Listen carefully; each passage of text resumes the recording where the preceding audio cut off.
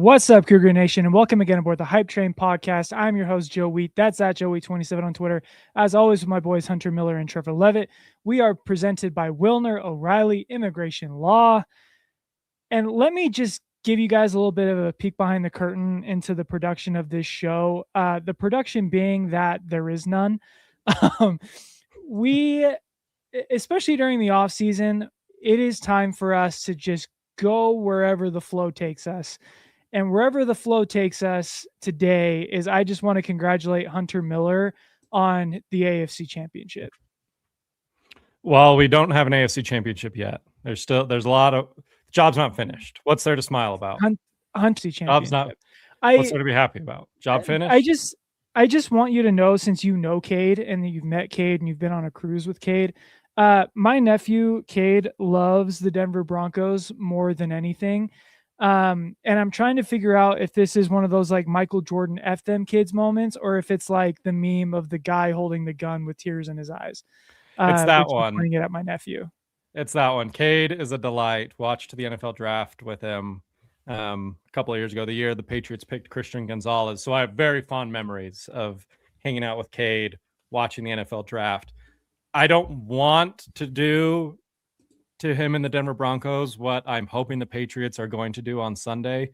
But unfortunately, that's the name of the game, right? Like, that's just the cost of doing business. I would hope that he would have no reservations should the tables ever be turned and the Patriots were going into a game without Drake May with a chance for the Super Bowl on the line. But I can't let myself think that, like, we've got it in the bag, because I've done this song and dance before, playing a backup quarterback in the playoffs, and the other time with a Super Bowl on the line, and Nick Foles absolutely dominated and the Patriots lost that game. So I can't sit here and be like, hey, it's eyes on the Super Bowl. We can only focus on what's ahead of us. What's ahead of us is the Denver Broncos, and whether it's Jarrett Stidham, Bo Nix, or whomever else. Sam Ehlinger, I think, is the emergency third string quarterback. It might be me. It might actually be Cade. Like, Cade might be getting a call up. Do you own a Denver Broncos jersey in your closet? And if so, you may be called upon to play quarterback. But I can't let myself. Cade owns a Drew Lock jersey. That's where we're at. Like, he's got Drew Lock. He crossed that out, put Russell Wilson on it.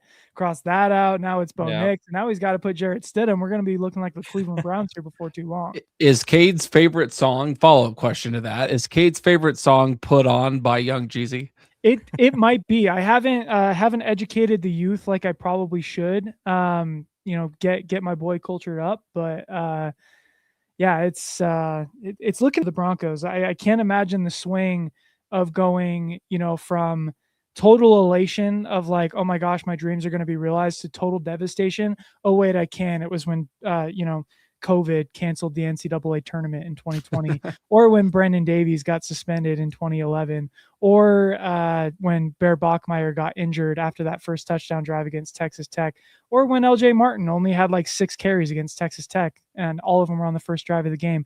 But other than that, I really have no idea how that must feel. You don't, Joe. Not a clue. When Super Bowls are on the line, that's a whole different level of pain. The joy and excitement that I felt on Sunday when the Patriots beat the Texans was matched only by the worry and devastation by my wife when she realized that she had to sit through one more week at least of me watching Patriots games.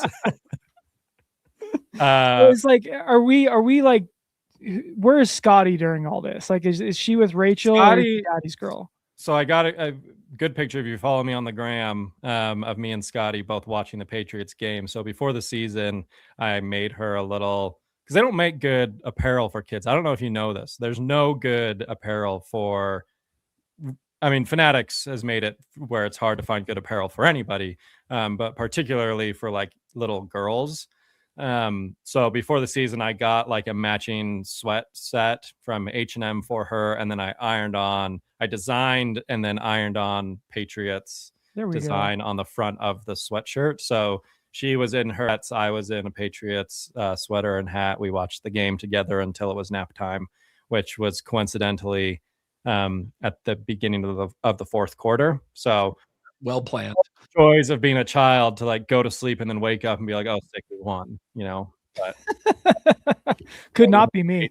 does not know what awaits with the AFC Championship on the line. So, but it's been 5 minutes and we're just talking Pats, which like I could go for another hour, but I'm sure listeners and the two of you are ready to move on. Like I said at the outset, man, this is a go with the flow kind of deal It's here. it's an off-season pod. Yeah. This is a scenic. I mean, I gotta. Not we want to get a BYU tie. We got a signed Van Noy Pats jersey right there in the back. So yeah, dude, BYU legend Kyrus Tonga. Kyrus Tonga is going to win a Super Bowl.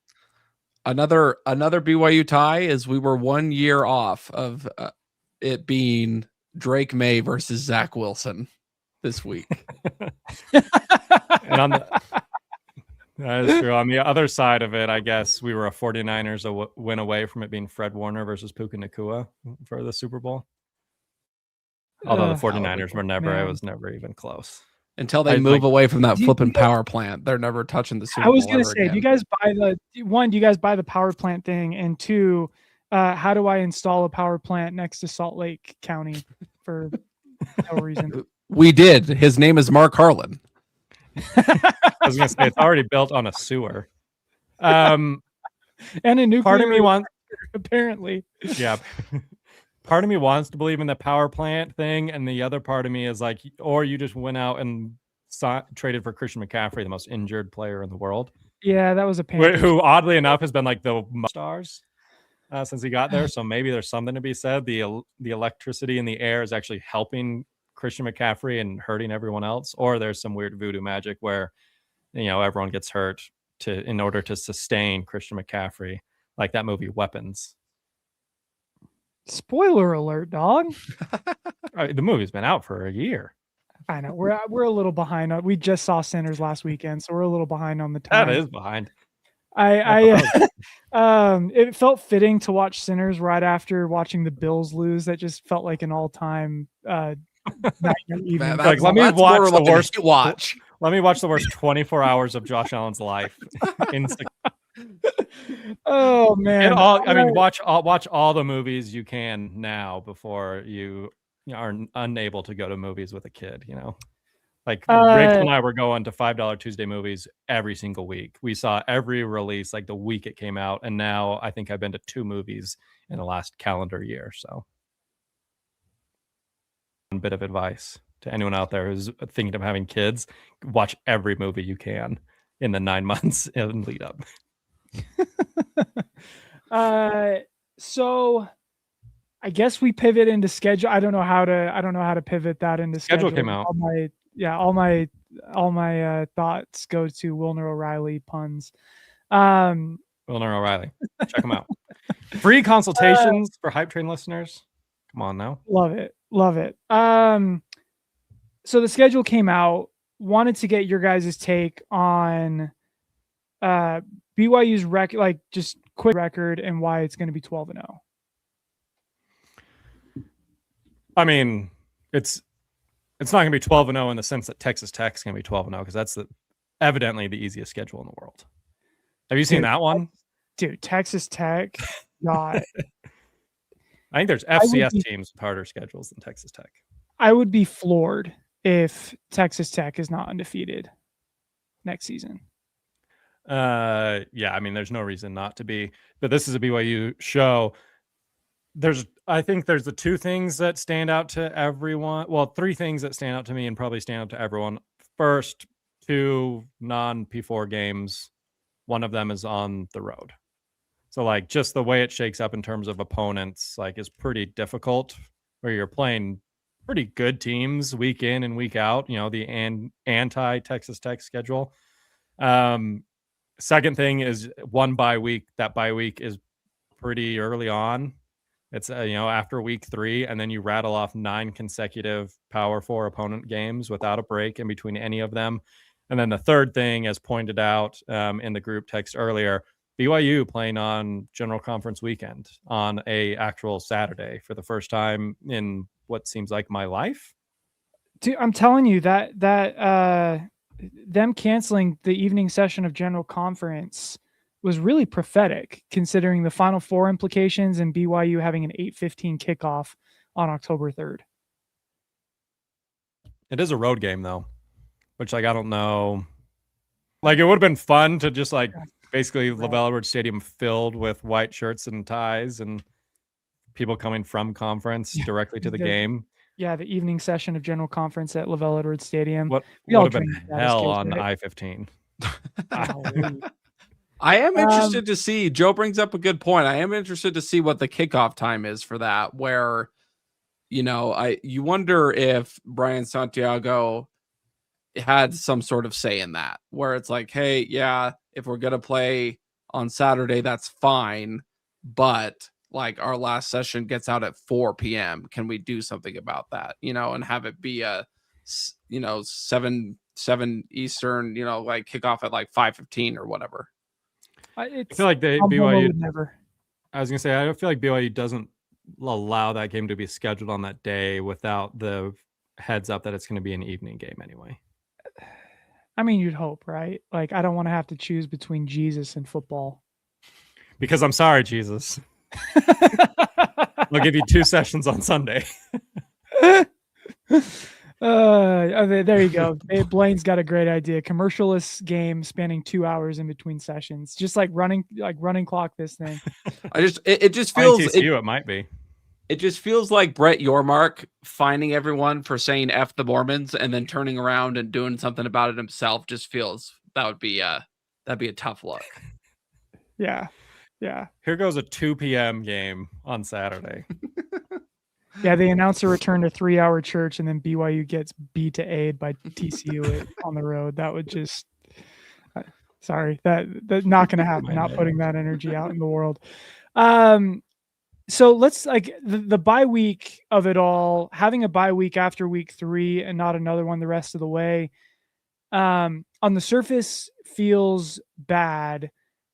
I'm curious, is there a world where that could actually be a benefit for BYU trying to, like, early in the season, first 3 games, you see what you got those first 3 games, and then you have a bye week early before conference play really gets going to kind of kick everything into high gear?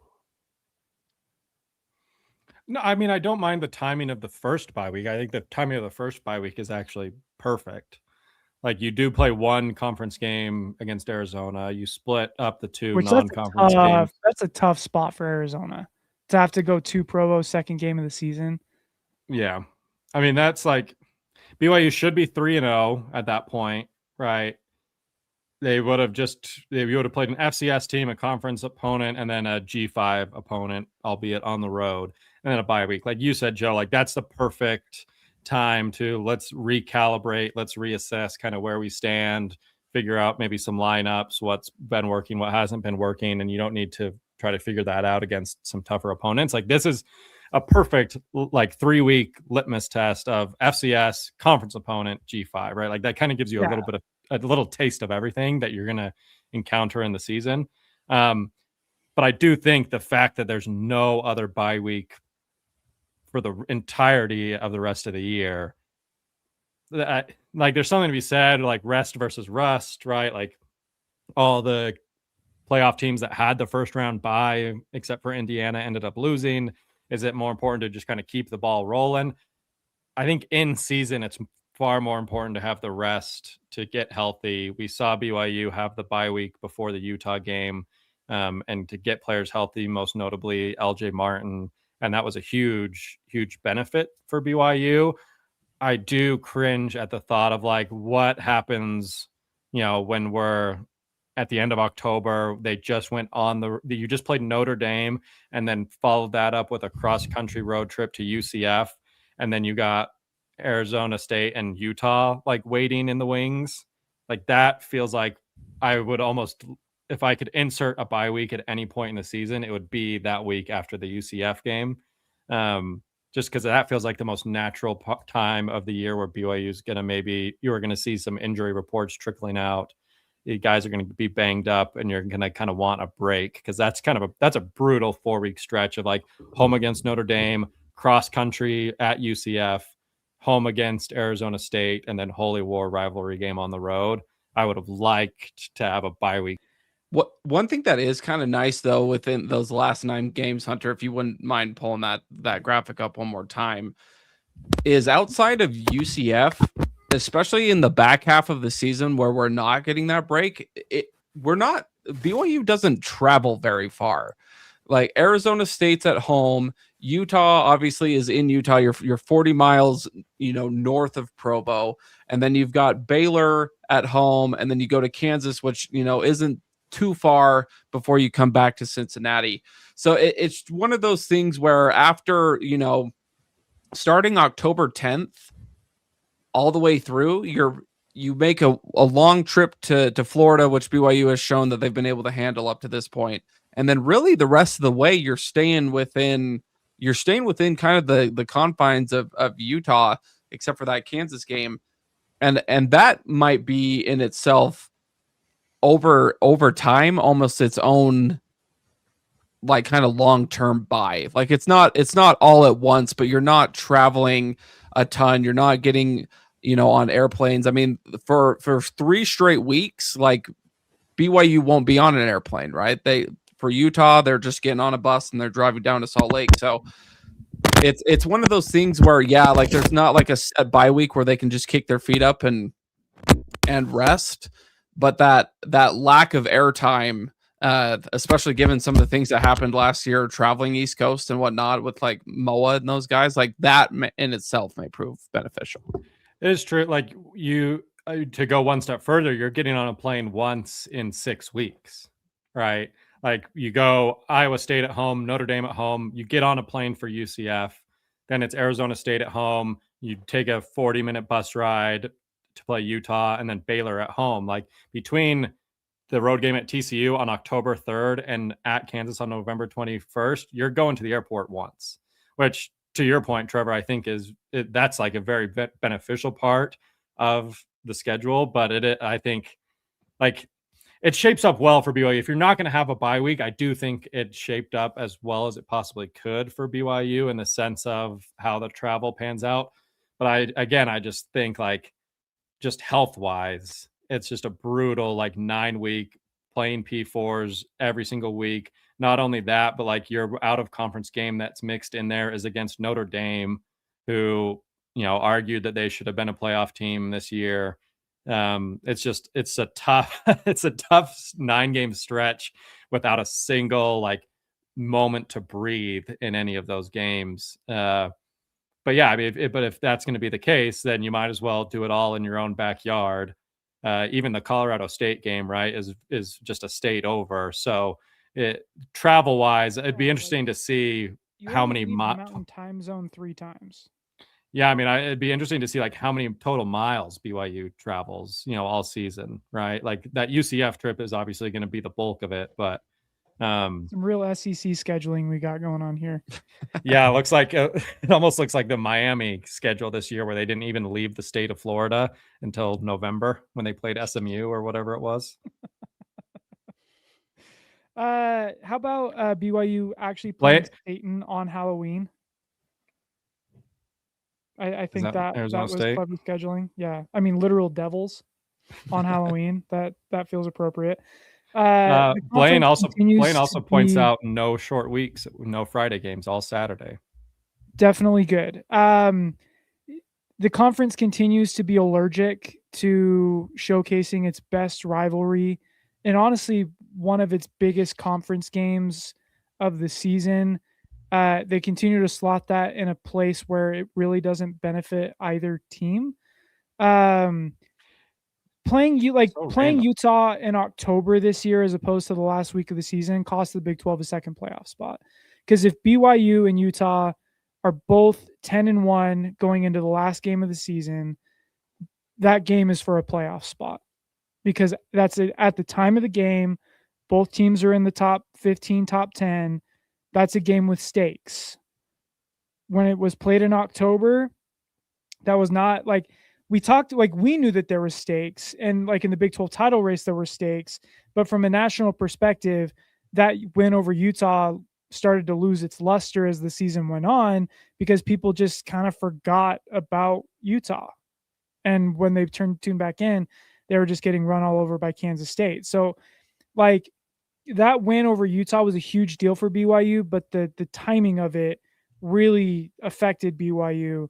It seems ridiculous that they continue to not put that on rivalry weekend. Especially when the alleged reason why it's not on rivalry weekend is now gone. Yeah, he's not even there anymore. He's not even there anymore. So why are we still doing this? Because we need to showcase Utah versus West Virginia and BYU versus Cincinnati. Like, is it like the only logical, semblance of logic that makes sense is like Big 12 doesn't want to have to compete with the Ohio State, Michigans, and Alabama, Auburn. That just makes you feel small time, man. There's good games every weekend. Like I agree, year, but like BYU, Utah. I understand your point of it maybe cost the Big 12 a playoff spot just by the time in which that game fell. To play devil's advocate, BYU Utah was a huge game the weekend it was played this last year. Big noon kickoff was in town. I think it was like the game of the week. You had other media outlets that are social media outlets that I won't name, the grifters, showing up to that game, right? Like BYU was pimping out their facilities to any national bloggers that wanted to come do segments, and like, to their credit, like got a lot of clicks and a lot of eyeballs that weekend. That doesn't happen if it's being played the weekend after Thanksgiving. Like big noon kickoff is going to Ohio State, Michigan. Game day is going to whatever other big time rivalry there is. Again, I please note, I am firmly in the camp that it should be the last game of the regular season.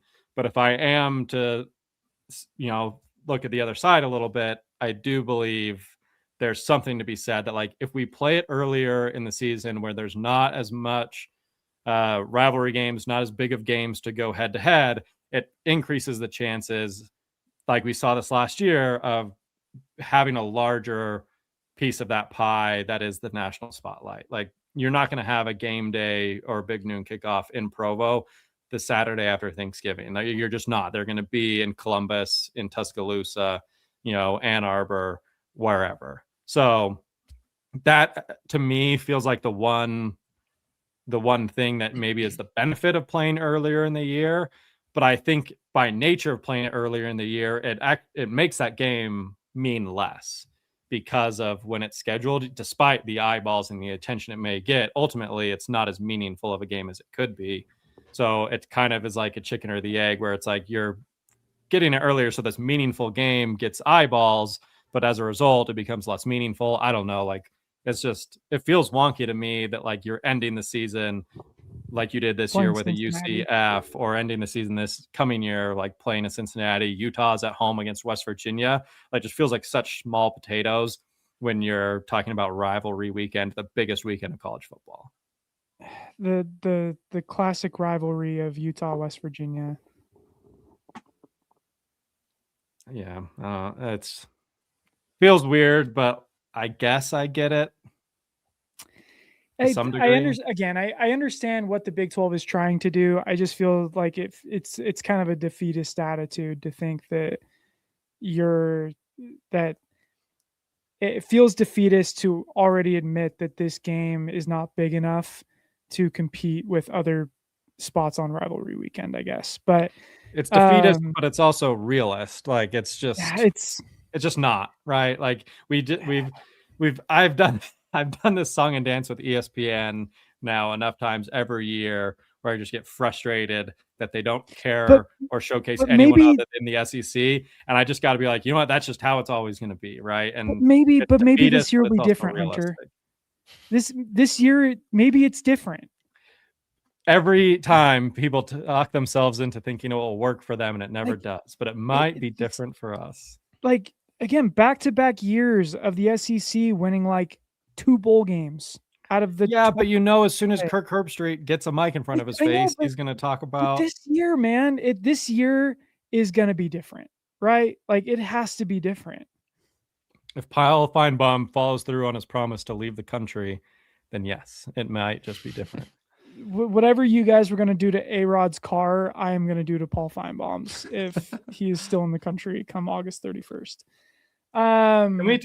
Can we take a brief pause to talk about the national championship since we're talking SEC and Indiana? The fact that every iconic moment has its cheap copy with Fernando Mendoza's touchdown run. I was going to say, has there ever been a cooler story in sports that got absolutely forgotten about because the college football schedule is so terrible? Like Indiana going and playing in the national championship, Fernando Mendoza doing his thing, Miami basically playing a home national championship game, but the stadium being overtaken by Indiana fans. Like every part of that game had the makings of an all-time classic.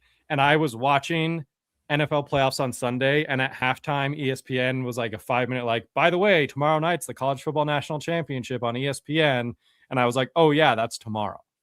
Like it gave everyone every reason in the world to care about that game. And I think it was absolutely forgotten about by 98% of prospective viewers and college football fans because they went a month.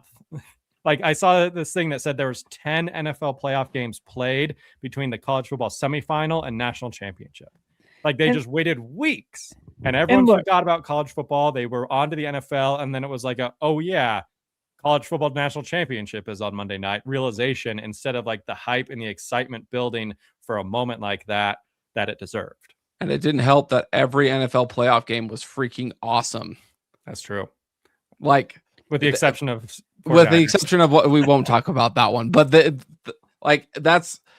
I'm with you, man. Like everything is so drawn out to the point that it's just one of those things where you just kind of want it to end. I think Hunter, you said, or was it you, Joe, that the national championship should just end with the Rose Bowl on like New Year's Day. I think it was honestly, it might have been Dan Lanning's solution to fix the calendar. Like you hold the national championship on New Year's Day, preferably at the Rose Bowl. The portal opens the next day.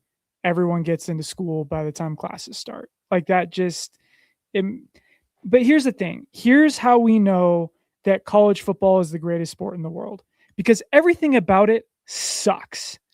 Everything about college football, the way that it's run off the field is absolutely terrible. But for those 3 hours on Saturday, man, I just want to die when I'm watching my own team. But all the other games I absolutely love. Like just, but here's the question I have for you guys. College basketball. What is the best day of the college basketball calendar? First 2 days of March Madness. 100%. It's that for all the hype and feast week.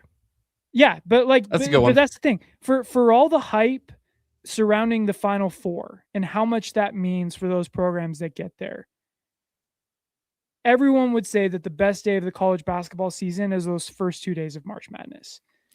In college football, what is the best day of the college football year? First week. First week. Labor Day weekend. And honestly, give me any given Saturday. Give me the Saturday of October 24th. And that is the best that college football has to offer. The thing about college football, and the reason I'm kind of becoming disillusioned to this whole playoff thing, is that college football is not about winning a national championship for about 95% of schools. Like for 100 years of college football, it meant everything to just win 10 games, win your conference, win the Orange Bowl. Yeah, win a bowl, just a bowl game. Just a bowl game. Like BYU has fed a generation of fans off of like 6 straight trips to the Holiday Bowl. Man. I was gonna say, you can't tell me that like those holiday bowls back in like the 80s. Like obviously you have the one in 84 that was a little more meaningful, but like the Miracle Bowl meant any less to BYU fans than national championship for Notre Dame meant for Notre Dame fans back in the day. I was at the gym rocking my Pop-Tarts Bowl People's Championship hat, and I had the realization my kids are going to wear this. Like that's the reason I bought it, is because in 20 years, this is going to be a super dope heirloom item, because I'm going to be telling them about the time that Kalani Sitake inhaled a Pop-Tart because Evan Johnson was locked down in coverage at the end of the game. Like, people are going to be mad about this, but like we have a prime example of this just a couple of years ago, where Utah fans are still talking about and wearing gear from the Rose Bowl that they lost. But just going to like that bowl game, it wasn't a playoff game. It wasn't like, there's nothing like extraordinarily special about it. You could argue it was like the watered down version of the Rose Bowl, because you had these other teams going to the playoffs, which made the Rose Bowl not the best two teams from the conferences going anymore. And just appearing in that bowl game like meant the world to them. Like it's like the highlight of their fandom for the University of Utah. And as much as we poo it, like that's kind of what, like a good example of kind of what college football should be. Look, far be it from me to give credit to our brethren from the north. It was dope. Like I attended that Rose Bowl game. It was dope to be in that stadium, to be in that atmosphere, to attend the Rose Bowl parade, to see your marching band walking down Pasadena, like walking down the street in Pasadena. Like that is a really cool experience. I wouldn't still be flexing it, 3 years later. Hard. Yeah. But you can still celebrate it and have enjoyed it. But the celebration there was that you won your conference. Like the celebration there was that you won a trophy and earn the right to play in that bowl game. For BYU, like, and I wanted to kind of rank all-time seasons with you guys at some point. Quick, for the record, you were wearing an Ohio State shirt at that Rose Bowl. Yes. Before anyone listening gets any ideas, Joe was wearing Ohio State. Big Ohio State fan, Michaela Jackson, whose dad grew up in Columbus. So we tangentially had a rooting interest in that game. I was going to say, and I know because it was my Ohio State shirt that Joe borrowed. That I did not return for at least 18 months. So, but the frustrating thing about, again, what happened with Indiana is like freaking awesome. It's one of the greatest stories in college football history, and it just got completely swept under the rug. Like nothing quite feels as big as it. Maybe I'm just getting old and jaded, but things don't feel as big as they used to. Like watching Cam Newton play again in a random October Saturday in Baton Rouge was like a spiritual experience for me. Watching Texas Tech beat Texas in 2008, that was like a religious experience for me to watch that. And that was just a regular season game that meant pretty much nothing. And that's what is so meaningful about college football, is the regional pride, beating your rival, and just the vibes of being in that stadium on game day. The vibes of just having some friends over for a barbecue and flipping on the TV and listening to the sweet sounds of Gus Johnson. Gus Johnson or Chris Fowler. Like those, it's all just nostalgia bait, to be honest. But it's frustrating that the greatest sport in the entire world just really loses steam because you're playing a playoff game once every like 10 days. And about 90% of the season is arguing about who should get into a tournament that about 95% of the country is not invited to. Yeah, it was something like Indiana played 3 games in a span of like 44 days. It's too long, man. It's just like, it's every Saturday, man. That's what move the schedule up. Like no one's going to complain that you're starting college football a week earlier in August. Yeah, classes may not have started, but the players are there anyway for fall camp. Like, start the season a week earlier and have the national championship on New Year's Day. And start the playoffs. Like have the first round of playoffs be like the kickoff to bowl season. Like have those be the 100%. Very first bowl games is round 1 of the college football playoffs. A week after you announce the playoff teams. Like it should be playoff teams and bowl games announced on that Sunday after conference championships, the next Saturday we're playing. Like, and don't give me the travel nonsense. BYU went to Coastal Carolina across the country on like 2 days' notice. So it can be done. You can figure out the travel arrangements. These schools and these teams have enough money, especially the ones that are making the college football playoff. Travel, play games that next weekend. That's the kickoff to bowl week, to bowl season. And from that point on, you're playing playoff games every Saturday up until New Year's Day when you play the national championship in the Rose Bowl. It's just such a stupid sport run by stupid people that don't even like the sport, trying to make the sport to be something that people that also don't like the sport will casually watch. And we're the victims of it. And gosh darn it, I've still dedicated my life to this thing. I just, why? BYU is going to win a national championship in our lifetimes, right?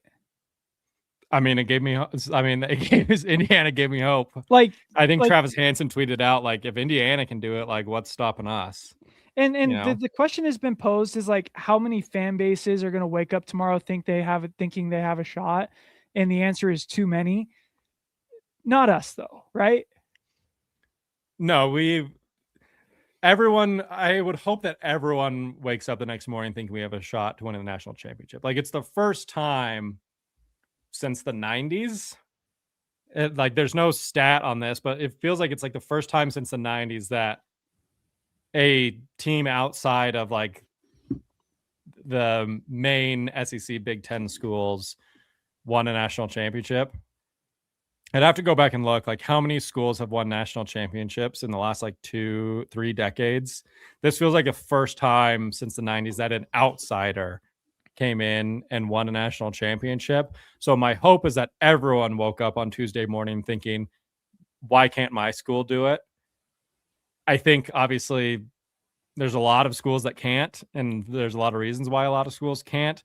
But I genuinely, in my heart of hearts, think there's nothing stopping BYU. Like, there's not. Like, I can't think of one good reason. Perspective, like the thing going against BYU for so long was that, their talent composite ranking is like 72nd. Indiana's was 70th. Like, it's just, it makes zero sense how Indiana got to where they did. But I'm thinking, like, yeah, dude, we can do that. Like, I've seen Bear Bachmeier do it. Fernando Mendoza did on that touchdown run. I saw it against their biggest rival. Like, they were doing it with JMU. Half their team came from JMU. Whoever was it, Becker, number 80, that was pulling on those back shoulders. I'm watching that and like, that's Chase Roberts. Like, how do we not have that? Not even Chase Roberts. I was like Cody Hagan. Yeah, it's just like I think he was like the fourth receiver coming into the season, and I'm sitting here like, how do we not have we should have been offensive player of the game. Their guy, like the defensive player of the game, the guy who blocked a punt is the guy who came from James Madison with Kirk Sidnetti. Like this, they did it with the level of recruits that BYU was getting 4 years ago. I think there's a lot, and there's a lot of schools that can do it. Like, obviously, when I say I genuinely feel BYU could do it, I think, again, I'm now complimenting them for a third time. I feel like Utah can do it. Stanford can do it. There's like, they cannot do it. That, like, my entire personality is based on the fact that Utah cannot do it. And they can do it. They will not do it. Every tweet I've sent since 2019, when I started my Twitter account, has been built upon the foundation that BYU can win a national championship and Utah cannot. I don't think anyone really understands just how bad of a program Indiana is. Like, they won as many bowl games this offseason as they had like the 100 years prior. Dude, in their school history. You know what they were talking about? Since they started playing football at the University of Indiana, 60% of their graduating classes that watched 4 years of college football saw fewer wins in their 4 years than Indiana had in this single year this year. 60% of graduating classes at the end of 4 years saw fewer than 16 wins. And they turned it around in 2 years. to bring it back to BYU, how few bowl wins has Indiana had? They spent about 5 minutes of the broadcast talking about Lee Corso's win in 1979 over undefeated BYU in the Holiday Bowl. Like that's the Indiana history that we're talking about. This year, it's that 1979, 1991, 2026. Like, is Kirk Cignetti just like deity? Like, I do not understand what they did, how they did it. I want me a piece. Here's my hope. What, like, watching Indiana win that game. We've talked about, BYU. Like, I'm gonna bring it back to some of my roots for a minute here. Roger Bannister was the first person to run a sub 4 minute mile in 1954. This is a good take. And at the time, he was the only one to do it. Fast forward now to the year of our Lord 2026, and we've had thousands of people do it. Wasn't it like the next year, like at the next Olympics, like the entire field was breaking sub? Yeah, like their high school kids are doing it. Like there are so many people now that have gone sub 4 minute mile. When I was at school, like sub 4 minute mile was like, yeah, it was awesome, but it wasn't like this groundbreaking thing anymore. Well, what was your mile time? That's we got to know. Oh, I only ran quarter mile, so don't worry about adding 3 more laps onto that. I wasn't touching that with a 50-foot pole. But the point is that one of the things that I saw this year was a team that shouldn't have done it, that in previous years could not have done it, who finally broke through. And NIL, the transfer portal, like all of these things that is now available to everybody, made that possible. And moving forward, I think Indiana might be college football's Roger Bannister. Like, it just took one team to go sub 4 minute mile, and now everybody could do it, because that's exactly what everybody's reaction was after the game, where it's like, how many teams are going to wake up tomorrow thinking that they could do it? The answer should be everybody. Now, some won't be able to. Some naturally will never be able to go sub 4 minutes.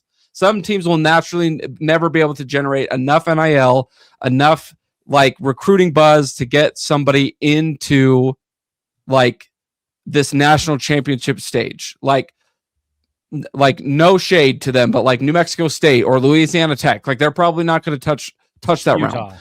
Utah, obviously. Goes without saying, but teams like BYU, like everyone in the Big 12 except for Utah, like just all, like anyone has a chance. Oklahoma State's waking up today saying we're the next James Madison. Like, why not? They just posted Texas's entire roster, and they're waking up today like, oh yeah, baby, it's 2011 all over again. Together. But like, you don't think Texas or Virginia Tech fans are waking up thinking like, we just got James Franklin, we got a lot of cash and donors coming in now. Like, what's stopping us from doing that, right? You think like, obviously Texas Tech has kind of started that, last year, and they're trying to replicate it again this year. There's schools across the country, and I think BYU is certainly one of them, that see what Indiana did. They know, like Trevor said, there's schools that think that they can, but there's going to be just natural reasons for them not to be able to, whether it's a lack of funding, just the ability to recruit, the ability to retain talent, bring in coaches, whatever it may be, right? Like there's natural barriers for teams to reach that threshold, but there's a ton of schools, and again, I think BYU is one of them, that there is none. Like, people are going to point to the religion thing, but we've shown that the religion thing doesn't matter as much as it used to 10 years ago or even 3 years ago. They're bringing in AJ DeBanza. They're bringing in the Bachmeyer brothers. They're bringing in non-LDS talent that is either willing or B, looking forward to being on a BYU campus with the honor code in place, with obviously the religious affiliation. Like, that's not as big of a hurdle as it was 5 years ago. For BYU, they've shown a willingness to pay top dollar, not only for coaches, but players as well. They're paying AJ DeBancer, they're paying the Bachmeyer brothers, Faletau Satuala. Like, they paid a lot of guys and re-recruited a lot of guys this offseason to bring players in. You paid Kalani Sitake, $9 million a year. Like, they have the pockets to compete. They're now getting the players to compete. I think they're just going to continue to get better and better. Like, BYU is a school that certainly can get to a point where, in our lifetime, they could have an Indiana type rise and run in the college playoff. Look, granted, the college playoff doesn't cease to exist with the way college football is going, but Keegs made a great poll in the chat. How about Indiana getting the same exact excuse that BYU's been getting for years with, well, their entire team is 24 years old. That's why they're winning so many games. Meanwhile, Carson Beck is the quarterback they're playing. Yeah, absolutely hilarious. Second thing, Hunter, you made a great, the Kevin Young one is a great comparison to this, where when Kevin Young shows up on BYU's campus and immediately BYU is signing 5-star basketball players, and the entire fan base is left thinking like, wait, he can do that? I didn't know we could do that. That's allowed? Indiana raised the vision of the entirety of college football. To the point where people are calling Richie Saunders the DEI hire of the BYU basketball team. Like, they say BYU's moving like an HBCU out there. It's like it's really nice for BYU to show outreach to the marginalized communities by letting RM Richie Saunders start for the basketball team. It's crazy to see how much has changed, but like, why not us? It's especially with the recruiting classes that BYU is building, the fact that we got Bear Bachmeyer coming back for 3 years, and like we can talk about the kind of where the outlook for BYU this next season, but like, I think BYU is here to stay as a top 20 program for the foreseeable future. I think the building blocks are there to make an Indiana type run.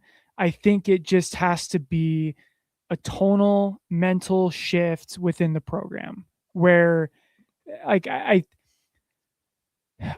said before that the talent isn't there, and I think that's true, but like, clearly Indiana proved that's not. That BYU can win a national championship with the recruiting that they were currently at.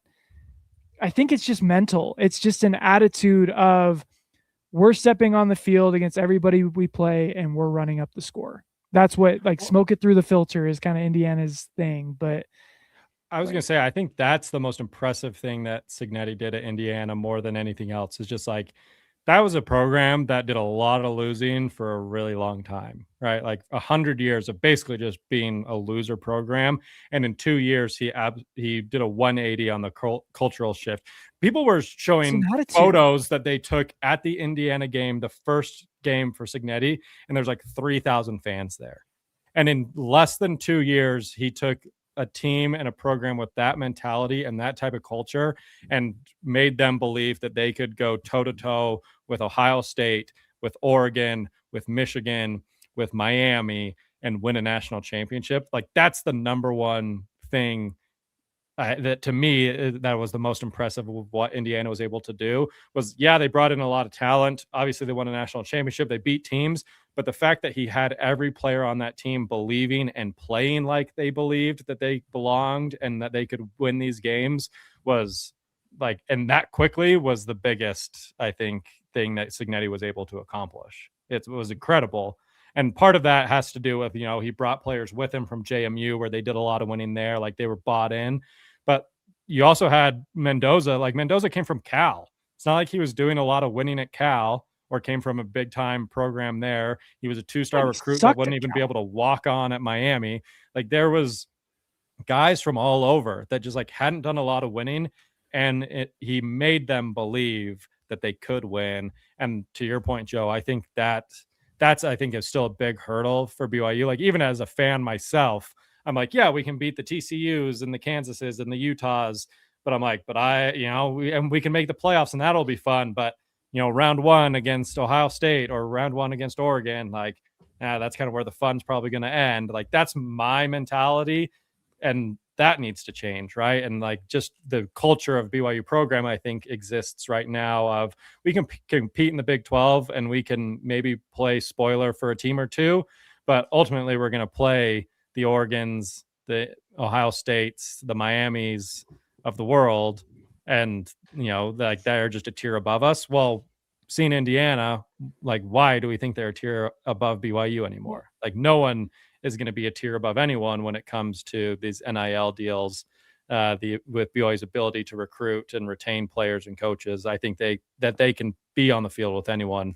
It's just about finding the right people and then getting that culture to permeate throughout the program and the fan base. Look, I said it last week, and I think this ties into this conversation that going forward, BYU's competition for players that BYU wants, their primary competition now is going to be Michigan. Like that's the class that BYU is running in. Like in basketball, the class that BYU is running in is the top of the sport for top talent. Like that's the class. North Carolina. And like go up and down and look at those offer sheets of the kids that BYU brought in this last recruiting class, man. Like Michigan was already on a lot of those lists. Okay. BYU is in that. BYU is, I've been radicalized to the point where I think BYU needs to act and believe, and the fans need to believe too, that they should be in that upper tier. And I've been guilty of not believing that. Speaking of top tier, if you got immigration questions, don't wait. Talk to Will and O'Reilly. They've been doing this for 26 years. They got a former immigration officer on staff, and they help everyone from big names to everyday families, and they help them get the results they need. They speak 10 languages, offer free consultations for Hype Train listeners. Just head to willandoreilly.com and let them know that we sent you. Over under with that schedule, real quick, 9.5 wins.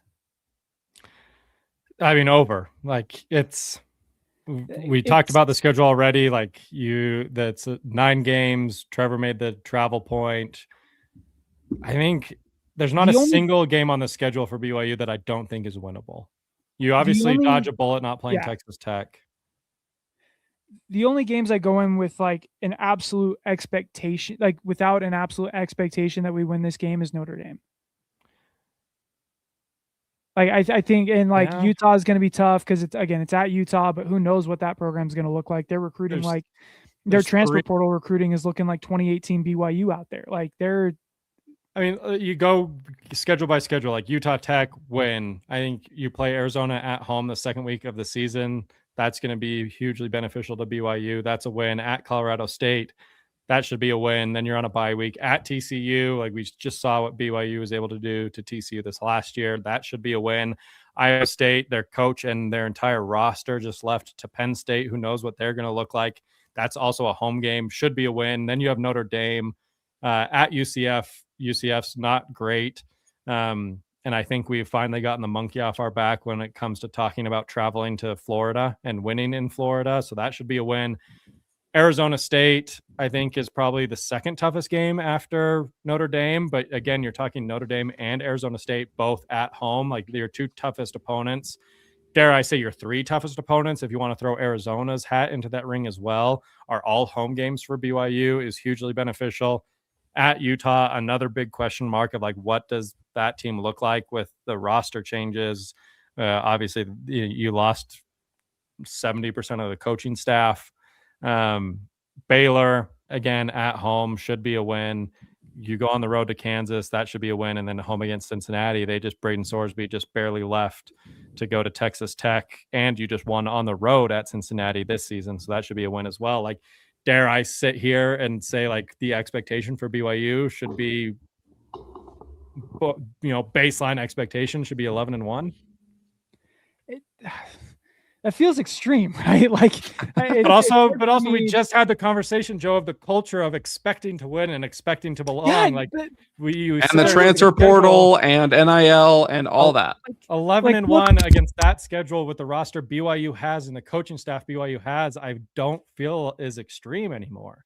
Well, 2 years ago it would have been, but not anymore. Pull up that schedule.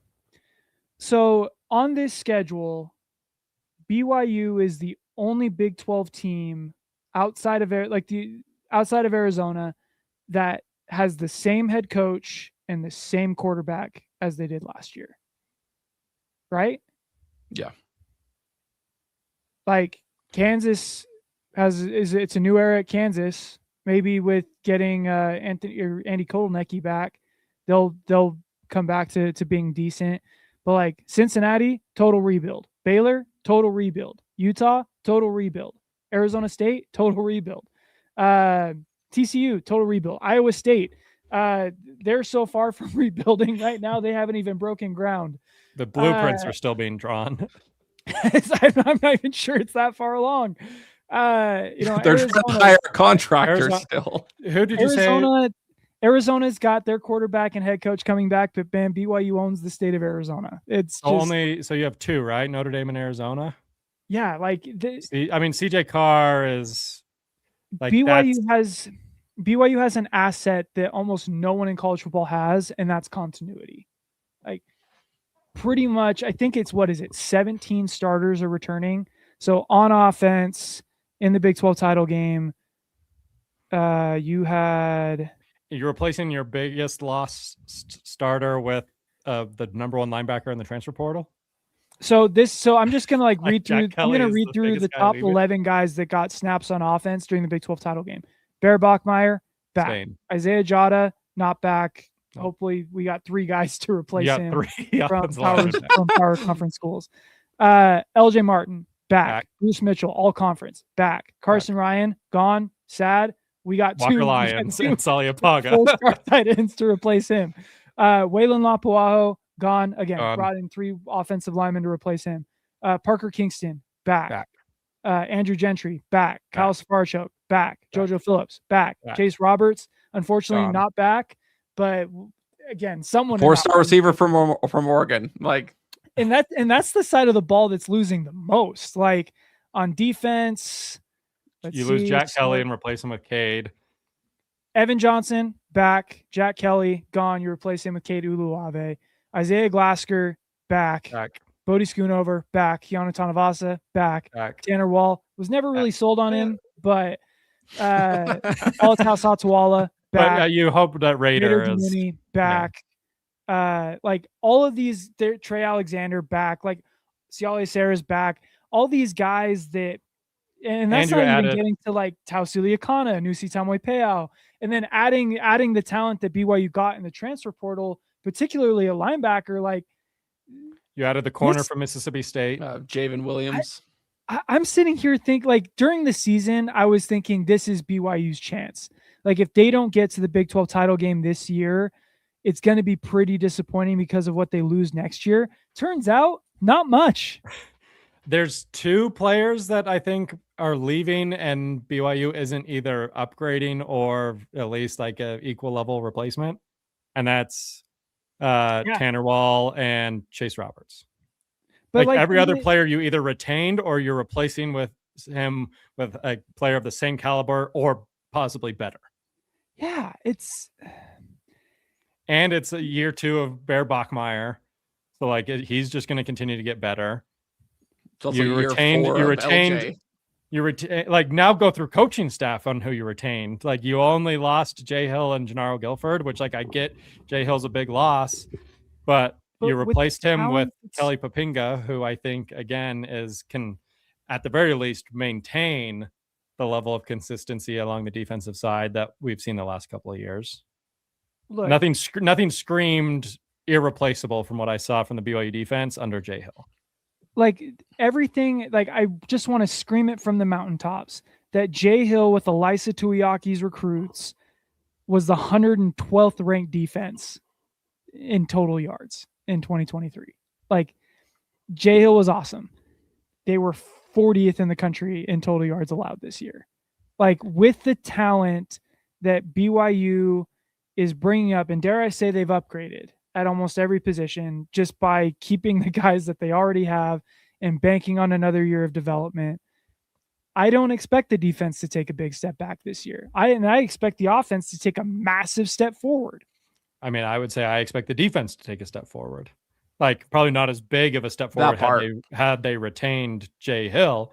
I think it's maybe 2 steps forward, 1 step back. So it's just a little half step forward, but a step forward nevertheless. Just with, Satuala is going to be a very good NFL player. This was his breakout campaign. Now let's see what he can do with a year under his belt playing next year, right? Like now let's see what Bodie Schoonover can do, what guys along the defensive line can do. Let's see what Trey Alexander can do now that they've got some playing time and experience under their belt. We'll see what Evan Johnson can do with another year, right? Like all these guys. Stopping this team is injuries. Yeah. And that's where the maybe one bye week is a little like, Yeah, it may be gone full Texas circle. Tech, like the class of the Big 12 right now is BYU and Texas Tech. Yep.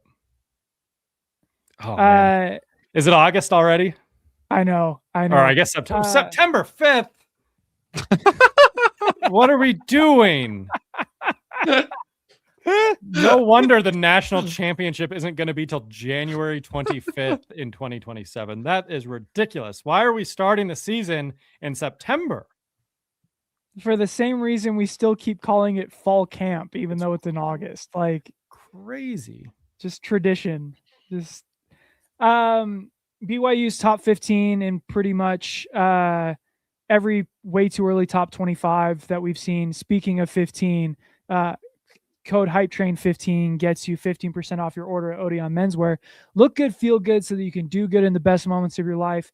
We love our partners at Odeon Menswear. They are just unbelievable people to work with. Braden is my dog.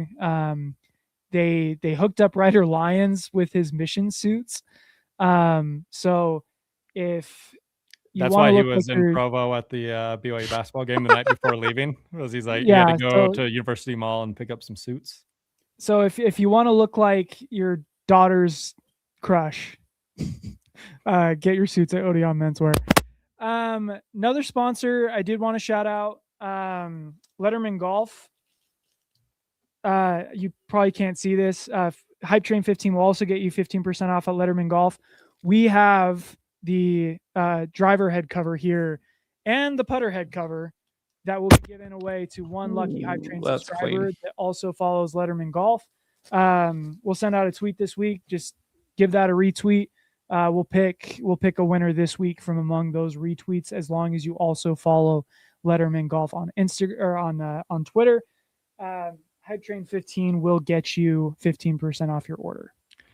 Need to be subscribed on YouTube as well, correct? To Hype Train Podcast. Yes. So follow Letterman Golf on Twitter and on Instagram. Make sure you're following Hype Train Pod on Twitter and are subscribed to the YouTube channel to get those two head covers. Or if you don't win the giveaway, make sure you use code HYPETRAIN15 for 15% off those head covers at lettermangolf.com. They're so good. We got some polos in the works, and they're gas. Let's go.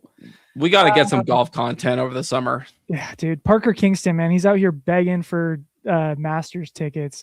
How about we just get him to play a round of golf with us this summer, and maybe that will suffice. Him and his 3 closest friends will 4v4. I have a basketball take just to get in right before the buzzer. Don't get mad at me. This team really misses Dawson Baker. It misses Nate Pickens, and they never even had Nate Pickens on the court. Like, dare I say this team misses Trevin Nell? You dare, yeah. They just need some, like, you hoped Kennard Davis would be the guy. They just need someone who can make an open three when it comes to them.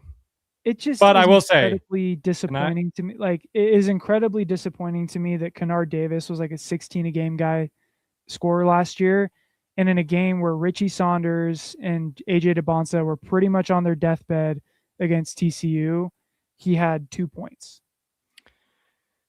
Can I say I would like to maybe this Saturday against Utah, because it should be a easily winnable game regardless of how it goes.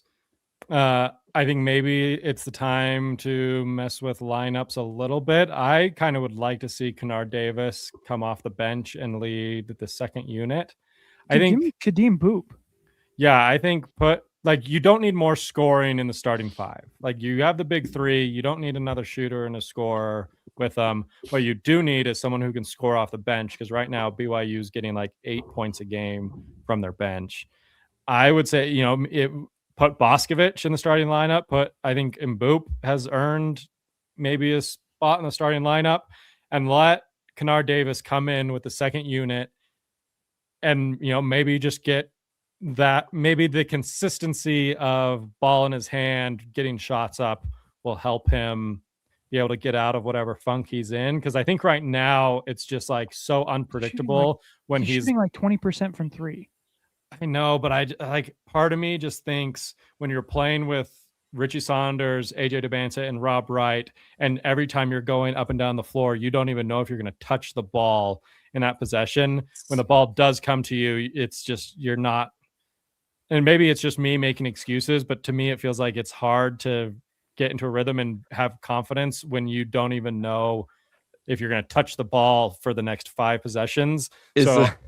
So I'm thinking make Kennard Davis, your Peyton Pritchard, your Jordan Clarkson, your Jamal Williams, or not Jamal Williams. Who's the old Clippers guy? Jalen Williams. Oh no.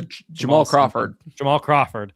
Make him your Jamal Crawford. Like just have him run the second unit. He knows that he can have the ball in his hands every single time down the court. He can get his shots up. Who knows? Maybe we see those percentages head north, but I don't know, man. Is Kennard Davis AJ Brown in the Philadelphia offense? Is that what this has come to? He just doesn't touch the ball enough, and then when it finally gets thrown to him, he's not ready. Yeah, AJ Brown looked shocked anytime Jalen Hurts threw him the ball. Like Kennard Davis is like surprised anytime he actually gets a shot up. It's like just see what happens. Like it can't necessarily get much worse on either side. Like it's not like the bench scoring can get worse, and it's not like Kennard's shooting percentage can get much worse. So see if putting him coming off the bench can help alleviate both of those problems. I will also say I don't hate the Texas Tech loss. Like if you're not going to go through the Big 12 unscathed, if you're going to have road bumps, I'd rather those road bumps be against a good Texas Tech team on the road in a situation when you were up by 9 points with 9 minutes left, and then Mboop gets a concussion, and he was the one who was defending pretty well and guarding Toppin pretty well, and that's when Texas Tech kind of goes on that run. So I don't hate it. I'd rather lose a game like that than lose a game, at home against Utah on Saturday. So kind of get, it's almost like I hate to bring it full circle back to the New England Patriots, but when the Patriots blew the lead and lost to the Bills in like week 15, they kind of left that game being like, I think we needed a loss, right? Like we had a 10-game win streak. I'd rather lose that game in that situation than go into the playoffs like the Texans did, winning 10 straight. And then you kind of get a rude awakening in a situation where you don't want that awakening. I'm fine with the Texas Tech loss if it helps BYU kind of knock off some dust, regroup, and start to go into this stretch of the Big 12 play, with a fire lit under their butts. The worst part of that loss is like Tech. Yeah, I mean BYU women's basketball just beat Texas Tech, so we finally got a win over the Red Raiders. But like it's felt to me that they had kind of sleptwalk, and I get like the illness factor, but the game against Utah in the Huntsman Center and then the game again at home against TCU both kind of felt like they weren't playing up to their potential, and then they lose to Texas Tech. I'm hoping that's a little bit of a wake-up call for this team and for kind of how they've been approaching games. So if that's the cost of that, then so be it. I'll happily accept the loss to Texas Tech if it means they're going to come out and, go on a tear now. But it all starts on Saturday. I really need them to I need to see them blow the doors off Utah. Like give me like a 20-point win. Yeah. 30. Like 40. Honestly, I'm not even sure 20 is enough. Like what do I hear? 95 to 55. What BYU did to Kansas in the Marriott Center last year, what they did to Arizona State this year, like that Utah team should not belong on the same floor that BYU is on Saturday. Like this team is just too talented. and they've looked weird the last 3 games. That's what I'm saying. Like something was up. But like, and Texas Tech is like really freaking good. Like that's a top 15 Ken Palm team on the road. That would have been an unbelievable win if BYU would have pulled it off. And frankly, I feel like they kind of should. I mean, it was the worst game AJ's played. Texas Tech did to BYU what BYU did to almost everybody down the stretch, where you play tight and then all of a sudden it's just a barrage of threes, and before you know it, you lost. Like you Texas blink Tech and you're down 12. Yeah, it's like, and Texas Tech is the best 3-point shooting team in the conference. So it was a bummer to lose that game. I'm keeping my eye on it, but I'm not ready to panic just yet. But I really do think this team could use a fourth guy that could either knock down a 3 or stop your opponent's best player. Because right now I don't think Kennard Davis is offering either of those 2 things. Yep. Switch up the lineups a little bit, KY. You gotta listen to us. You gotta know ball. I know everything there is to know about basketball. Boxing 1, I know what that is. I know what you do. You run the triangle offense. 3-man weave. But yeah, I mean, ultimately we can suggest whatever outside of AJ, Rob, Richie. Like kind of Kata fills his role perfectly, I will say, but like with that 5th spot with Kennard, like you can't tell me that like putting Boscovich in and taking Kennard out is gonna. Dare I say, I'd rather see Boscovich on the floor right now. Hey, at least we know his box comes with some boom. You know what I mean? Like I don't know. I'm all in on Hadim Boot, man. He's put in. I think you started me Diamante. Like really it could be as simple as like sending Cannon Catchings to the bench for Mawat Mag last year was one of the reasons the season turned around. Like maybe that's the answer, is you thought Kennard Davis was going to come in and be something, like you thought Cannon Catchings was going to be something last year. Maybe it's just not working out. He can give you a spark off the bench, but give me the guy who hustles, good rim protector, gets boards, and I don't know, maybe he can give you a couple points, but like scoring isn't the issue from the starters right now. Yeah, I mean, you got 3 guys that are scoring 70 points a game combined, right? Like you don't need to find a 5th piece that can give you more offense. Just give me 9 guys that can score 20 points, because those 3 guys are going to give you 60. Can you just give me the rest of the 9 guys? Just give me 2 points per game, man. It is tough. Hindsight is obviously, hindsight's 2020, but Dallin Hall leaving this offseason, it hurt. With the way the roster was constructed when he left, like he wasn't going to be seeing the court. Then you unfortunately had Dawson Baker and Nate Pickens get injured, and so now neither of them can play. And now you're like, we had Dallin Hall, especially with the way he's been playing for Virginia. But like, again, nothing you can do about it. Like he just wasn't going to play with the guys that were coming in. It's just unfortunately that they got hurt. But you look back at that and you think like, like that would have been a really good piece to have if he had stuck around. But it is what it is. Basketball. And on that note, BYU 95, Utah 72 on Saturday. 68. They're not going to get in the 70s. Richie's going to score 30 again. That's my hot take. Over under 13 rebounds for Richie. I'm going to go as far to say that I think AJ and Richie are going to outscore Utah as a team. Oh my God. That is a take. There's a hot take. Hot take presented by Odeon Menswear. AJ and Richie 56, Utah 54. That's lower than the Brooklyn Nets scored tonight. Not Jaeger's fault though. Everyone was bad. He's my beautiful boy. How many does BYU score then? 84 to 54? 90. They're scoring 90. Yeah, Mostly because BYU losing to Utah can't Texas guard- Tech does mean terrible things for Utah on Saturday, apparently. Yeah, Utah can't guard AJ. He's going to get to the line as much as he wants. Hopefully, officials need to actually start calling it again.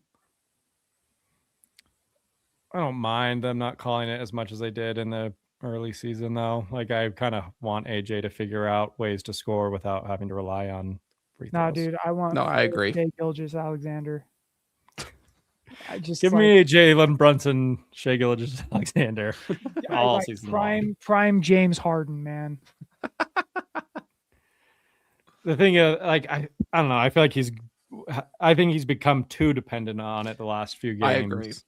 So I hope, like early on against UConn, like it wasn't relying on fouls. He was just out there hooping. And I kind of feel like the last few games he's been like, oh, I just need which, like, it's not a bad plan of attack. Like, attack the basket, get contact, and go to the line. But I don't want that to be like plan A, right? So I don't mind maybe them not calling it as much and force AJ to get back to where he was, finding space, getting shots, getting to his spots, Cameron Wilson, last thing on the national championship. He said he was on the field Monday. Great flex.